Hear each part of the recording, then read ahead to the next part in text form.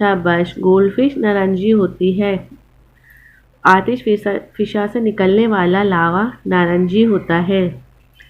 शाबाश। आतिश फिशा से निकलने वाला लावा नारंगी होता है। माल्टा बाहर से तेज और अंदर से हल्का नारंगी होता है। शाबाश। माल्टा बाहर से तेज और अंदर से हल्का नारंगी होता है। माल्टा खट्टा मीठा होता है। इसका जूस भी खट्टा मीठा होता है। पसंद है आप लोगों को? बहुत मज़े का लगता है, सर्दियों में आता है माल्टे। चलिए अब हम अगले पेज पे आते हैं। अगले पेज पे कौन सा रंग है जल्दी से बताइए देख के। नीला। शाबाश, सही पहचाना आप लोगों ने। आसमान नीला होता है। शाबाश। समंदर नीला होता है। पानी का कोई रंग नहीं होता। आसमान की अक्स की वजह से समंदर नीला दिखाई देता है। Very good. देखा, हमें तो पता ही नहीं था। चलिए, वो ब्लू व्हेल, दुनिया का सबसे बड़ा जानवर। ब्लू व्हेल दुनिया का सबसे बड़ा जानवर, ये भी नीला होता है। नीली होती है ना ब्लू व्हेल। इंक नीले रंग की होती है।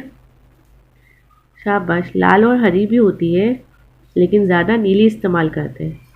हम इसे रोज़ लिखने में इस्तेमाल करते हैं। शाबाश। हम इसे रोज़ लिखने में इस्तेमाल करते हैं। हालांकि टाइल नीले रंगों में होते हैं।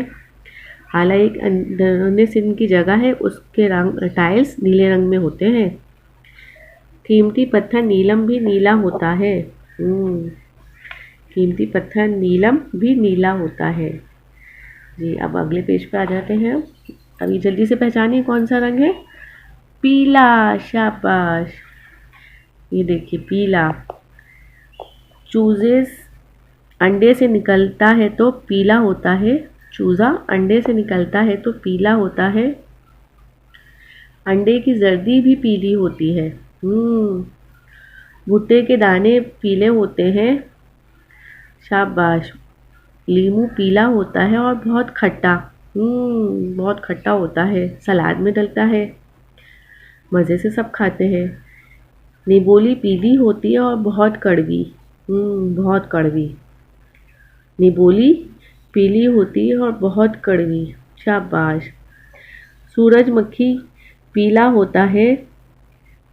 ये फूल सारा दिन सूरज की तरफ देखता रहता है। शाबाश। सूरजमुखी पीला होता है। ये फूल सारा दिन सूरज की तरफ देखता रहता है। ये देखिए, पसंद है आप लोगों को? देखा है आप लोगों ने?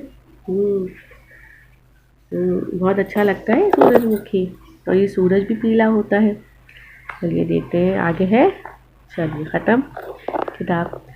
तब आप लोग बताइए किताब पढ़ने में आप लोगों को कैसी लगी जामन का रंग। इसमें हमने बहुत से रंगों के बारे में पढ़ा और कौन कौन सी चीज़ें किस रंग की होती हैं। ठीक है, अब मुझे बताइए जल्दी से कमेंट्स करके, क्या आपको पसंद आई आज की किताब? पढ़ने में मज़ा आया? जब तक मेरे चैनल को लाइक करें, शेयर करें और सब्सक्राइब करें। अल्लाह हाफिज़।